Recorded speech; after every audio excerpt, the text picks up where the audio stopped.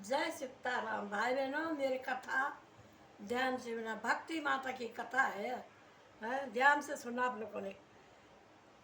यह सुन संत कुमार जी कहने लगे कि हे नारद, इस यज्ञ करने के लिए हरिद्वार गंगा जी के किनारा बड़ा उत्तम उत्तम स्थान है, क्योंकि वहाँ एक तो वृक्षों की घनी छाया और दूसरे इस यज्ञ के सुनने वाले ऋषिश्वर मुनिजन भी बहुत संख्या में पाए जाते हैं तथा इस जगह करने से ज्ञान वैराग तरुण हो जाएंगे ज्ञान वैराग तरुण बलवान हो जाएंगे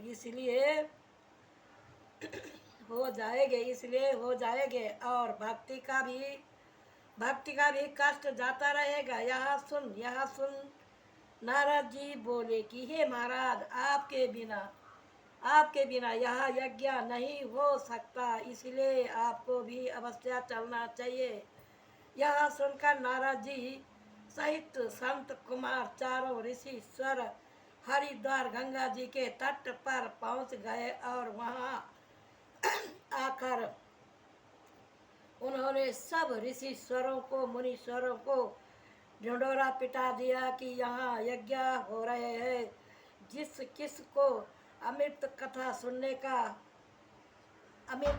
किसी ने अमृत कथा सुनना है, निश्चित समय पर पहुंचकर इस कथा का अमृत पान कर ले। यह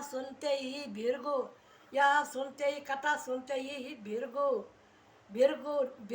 वशिष्ठ चमन मेधातिथि गौतम करंद विश्वामित्र मार्कंड आदि समस्त मुनीश्वर वहाँ उपस्थित स्थान पर चारों वेद गंगा जी के तट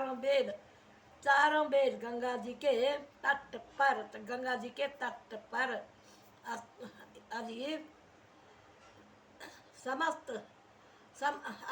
आदि समस्त नदियाँ गंगा जी आदि समस्त नदियाँ गंधर्व यज्ञ मतलब सुनने के लिए आए हैं। गंधर्व यज्ञ कुबेर तथा गंधर्व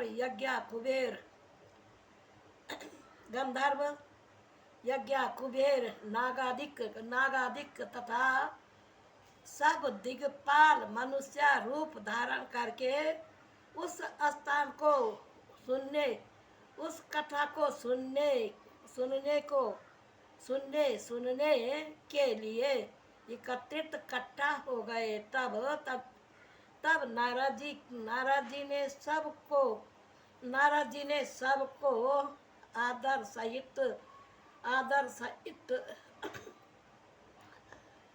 सहित उचित स्थान दिया। तब संत महात्माओं ने जय जयकारा कर बड़ा आनंद मनाया और उसी अवसर पर देवता भी अपनी स्त्रियां सहित अपने विमानों पर चढ़कर उसी कथा को सुनने के लिए इकट्ठा हो गए। सब श्रोतागण कथा सुनने की इच्छा से चित्त लगाकर बैठ गए। उस समय संत कुमार जी नारद जी से कहने लगा कि जो कथा सुखदेव जी ने परीक्षित को सुनाई थी वही कथा कीजिए तथा श्लोक में जिसके पढ़ने और सुनने वालों के कथा सुनने और सुनने वालों के सामने मुक्ति हाथ बांध कर खड़ी रहती है तथा जिसका फल हजारों यशुमेध और सब पुराणों से तथा शास्त्रों शास्त्रों के सुनने के फल से भी अधिक बढ़कर एवं सब तीर्थों के स्नान के फल से भी इस कथा का फल हजार हजार गुना बढ़कर तथा जब तक जीव इस कथा को नहीं नहीं सुनते तब तक ही उसके सैकड़ों जन्म का पाप गरजते रहते हैं। किंतु जहाँ इस कथा को सुनाए और उस प्राणी के इस प्रकार भाग जाते हैं जिस प्रकार कि सूर्य को देखकर अंधकार भाग जाता है। और जो कोई मनुष्य एक आधा भी इस श्लोक यदि इसको श्रीमद् भागवत पुराण का पढ़ता है उसकी भी मुक्ति हो जाती है। और जो नित्य प्रति इसका पाठ करते हैं और औरों को सुनाते उनके तो करोड़ों वर्ष के पाप भस्म हो जा करते हैं। और जो सोने के सिंहासन पर रखकर भगवान की पुस्तक किसी वैष्णव साधुओं को श्रेष्ठ ब्राह्मणों को दान करता है वह भी भगवान विष्णु की ज्योति में समा जाता है। सो जिसने मनुष्य का शरीर पाकर भगवान को नहीं सुना उसका जन्म लेना अधिकार है क्योंकि इस कलयुग में मनुष्यों से कोई दान कर्म और यज्ञ भी नहीं बनता। इसलिए स्वयं भगवान ने वेद व्यास का अवतार धारण कर मुक्तिदाता श्रीमद् भागवत बनाए हैं। सो जो कोई चित्त लगाकर इसका 7 दिन तक श्रवण करता है उसको सब यज्ञ जप तप और दान का फल मिल जाता है तथा इसकी अवश्य मुक्ति हो जाती है। जब उद्धव ने श्री कृष्ण से सब ज्ञान सुन लिया तो उन्होंने कहने लगे कि हे स्वामिन इस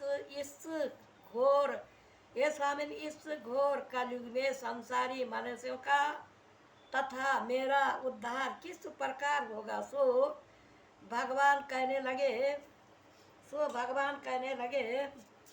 कृष्ण भगवान कहने लगे बद्री के आश्रम में जाकर तप करो वहाँ तुम्हारी मुक्ति हो जाएगी। और मेरे अंतर ध्यान होने के पश्चात मेरी एक भगवान रूपी मूर्ति संसार में प्रकट होगी जिसको एक सप्ताह सच्चे मन से सुनने मात्र से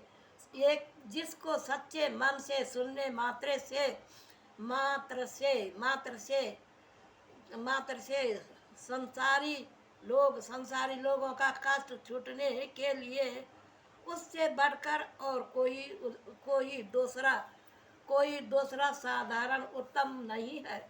इतनी कथा सुनकर सुत जी ने शौनकादिक ऋषि सरों से कहा कि जब संत कुमार श्रीमद् भागवत का सप्ताह पुराण सुनने लगे तो सब कोई इस अमृत रूपी कथा का चित्त से पान करने लगे। और इसके बाद कथा के प्रताप से वह दोनों बूढ़े ज्ञान वैराग तरुण हो गए बलवान हो गए और भक्ति का भी चित्त से सब सब दुख जाता रहा और सब लोग भक्ति ज्ञान और वैराग के दर्शन कर करके आनंद विभोर हो गए और मानसिक कष्ट जाता रहा तथा इस सप्ताह के श्रवण मात्र से ही सब शुद्ध शुद्ध चित्त और आनंदित हो गए। जय सीताराम, जय राधे श्याम। भक्ति माता की कथा पूरी हो गए, सुन लेना आप लोगों ने। जय श्री राम, जय राधे श्याम। इसमें क्या है भाई?